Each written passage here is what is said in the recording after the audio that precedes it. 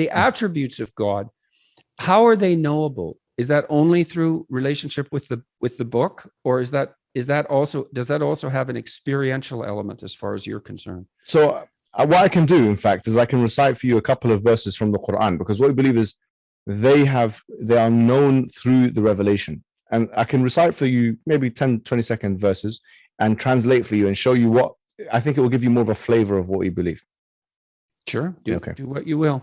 So the Quran states in the end of chapter 59, هو الله الذي لا إله إلا هو عالم الغيب والشهادة هو الرحمن الرحيم هو الله الذي لا إله إلا هو الملك القدوس السلام المؤمن المهيمن العزيز الجبار المتكبر سبحان الله عما يشركون هو الله الخالق البارئ المصور له الأسماء الحسنى يسبح له ما في السماوات والأرض وهو العزيز الحكيم.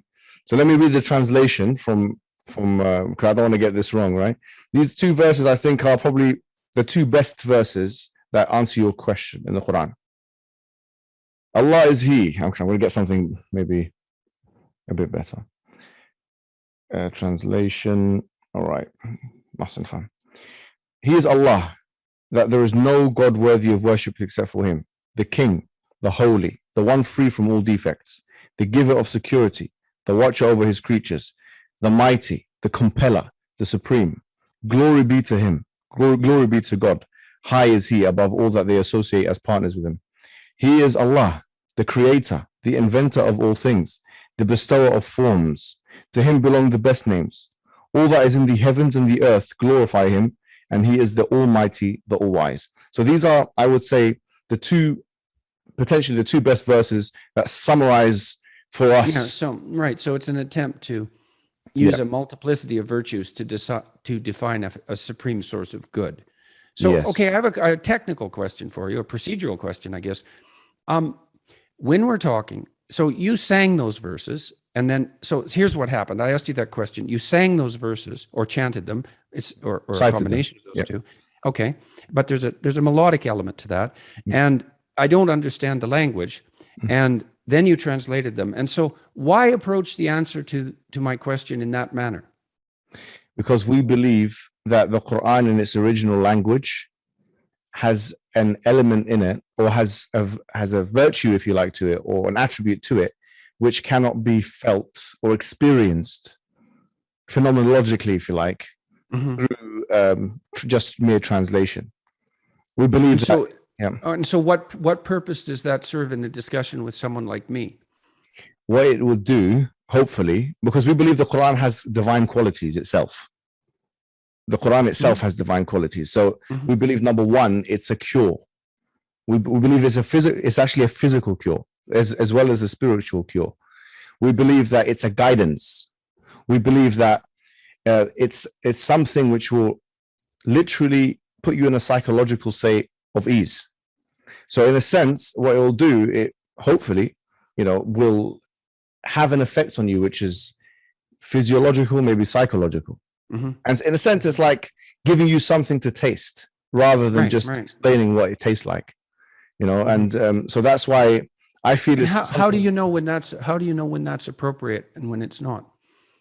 It's always you obviously don't but you don't. I don't mean that. I mean, no, but so that's why I asked the question. It's obviously you're making distinctions. You're not doing what you just did with what me. It is doing peace, and I want to give you the full Islamic experience. You see? Yeah. Okay. Fair enough. Do you know what I mean? No, so okay. So part of it is to let you hear what the Quran sounds like. So you can kind of, if you hear it, maybe you go somewhere to a Muslim country and you hear that in the background, or you may be even walking down, I don't know, you're from Alberta, is it? Yes. Yeah. Amazed you know that. Yeah, I think you've mentioned it before. I've been to Edmonton, actually, in Canada. There's a Muslim community there. Maybe you'll hear it in someone driving there, and I remember that. I know what that is, So It's just to gain maybe. So why did that make you smile? Because that would make me happy. I mean, quite openly and honestly, because we want the best. I mean, to be honest with you, if you want me to be totally honest, yeah. Well, that's what I'm hoping for. Yeah, right. What you asked me before we started the show. I mean, one of our not objectives, but one of our hopes, okay, is that people embrace Islam and become Muslims. Islam is an evangelizing religion. It's a religion which aims literally to enter every home. There is actually a prophetic saying that says that Islam will enter every home, not necessarily meaning everyone will become Muslim, but it will enter every home in some way, shape, or form. You mean like what's happening right now with this podcast? There you have it. You see, it's part of it. No, there's a series of predictions that the Prophet makes, and this is part of the evidence package, we believe.